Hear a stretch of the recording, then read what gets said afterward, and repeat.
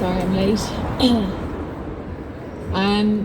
I want to start with the words of our comrade Kay, who all the dubs who've been here since the beginning will remember from last summer used to stand up there on her own chanting for the rights of the children of Ireland who have been unacknowledged, uncared for and unloved and buried in mass graves and septic tanks. And she stood there on her own every Wednesday chanting alongside us actually. And one day she said to me when she was sitting across there, she said what I think remain the truest words that have ever been said outside this building. She said, "You'll get no justice from inside there." And I've never forgotten them. And they remain truer today than when she said them. I just want to briefly talk about three things which I think are becoming inextricably linked and really problematic, not just for the pro-Pal movement, but for the world in general. And they are fascism, liberalism, and humanitarianism. So first of all, fascism. We are actually ruled by a fascist government. It's not called that, but then Germany wasn't called that in the 1930s either. The hallmarks of fascism are authoritarianism, and you don't need one dictator to have authoritarianism. You can have a whole group of them all together doing it, right? And authoritarianism means that there's no democracy. And if you think democracy is just about standing in a ballot box once every 4 years and putting an X in a box, that's not democracy, but that's all they give you. They give you nothing else after that because they don't listen to you. Fascism is also about actually rampant militarization. They're the two main hallmarks of fascism, and we see that now everywhere. We see it in the US, we see it in the UK, we see it in the EU, and we see it here in Ireland. So this is fascism.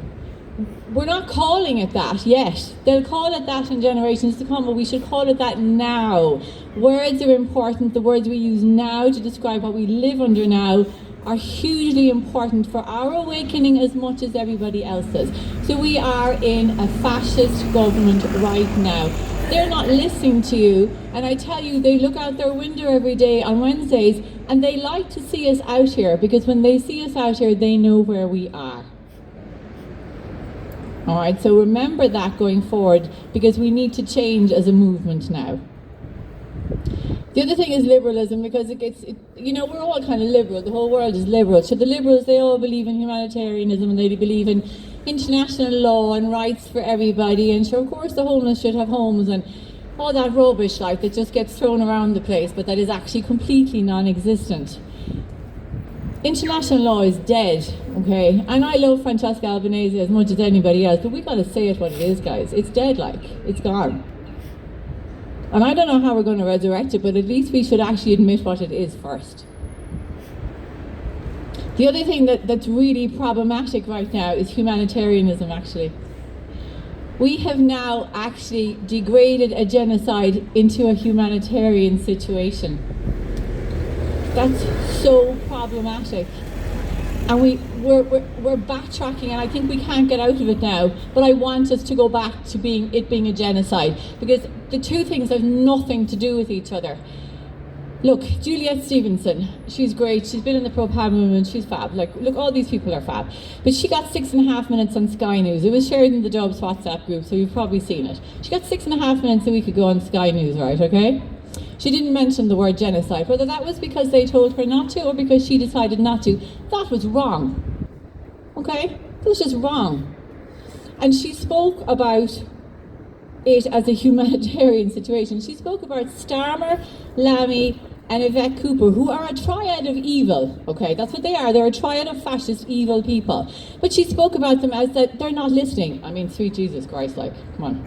They're not listening apparently, and if we could just, and now in the UK, all these famous people have signed this letter, and Mumsnet are going to get together, and they're all going to appeal to the fascists, to let the maternity units into Gaza. And in her words, she said, so that the mothers of Gaza can have a safe space to have their babies. Now, come on, guys. I'm sorry. let's let the maternity units in so they can have a safe space to have the baby. There is no safe space in a genocide to have a baby. And then they're just going to, so let's let the women have their babies. Let's let them bomb the shit out of them and their babies just after they've had their babies. That's where we're at, right, okay? And we're a problem if we allow ourselves a space in that media. Sky News, right, has millions of viewers. It's owned by an American multimedia corporation. If you get 6.5 minutes on Sky News, you tell the truth or you don't bother going on. Because otherwise you're just speaking into that same liberal, humanitarian situation agenda. And I'm sorry for having to call this out. It's like the Soc Dems condemning Venezuela and talking about Maduro and human rights. Right? That's wrong. And that's what they did. Because they're not socialists, they're just kinder capitalists. And I keep speaking about this because this has been my awakening. We either bring down the system or we keep allowing the people inside there to use the system for exactly what it has been designed for, to kill the Palestinians, the Sudanese, the Congolese, the Venezuelans and everybody else.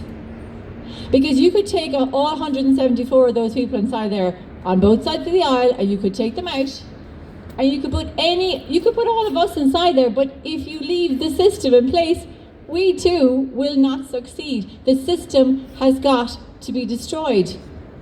It is the key to everything. There will always be genocide as long as there's capitalism. We will never save the people of Gaza while the capitalist system exists. And that's something that we in the PAL movement have got to take on board.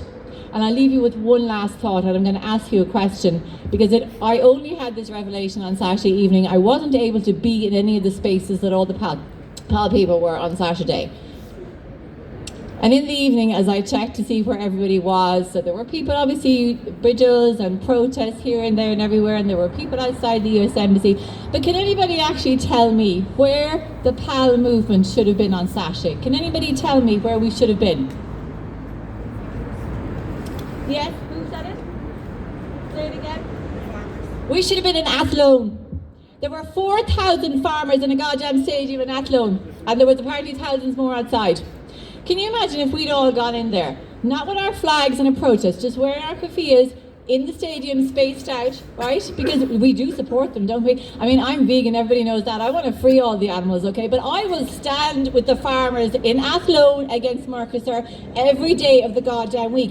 And we should have been there. And do you know who else should have been there? Bernadette McCalskey and Claire Daly, speaking to the farmers and telling them that because Claire Daly knows more about the EU and the shenanigans that go on about there than any other Irish person I know, okay?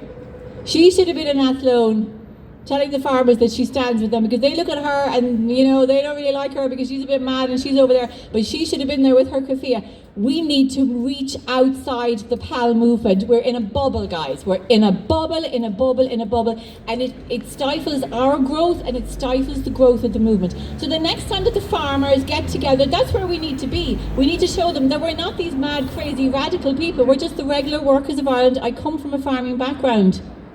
I'm surrounded by farmers in Kildare, where I live.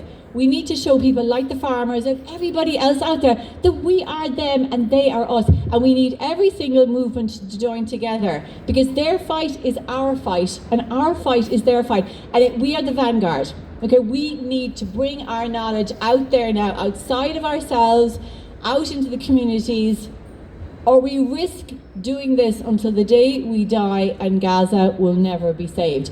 So as I've always said, it's not just about Gaza, it's about everything else, and it's about Saoirse done down. Saoirse done down, guys. Thank you.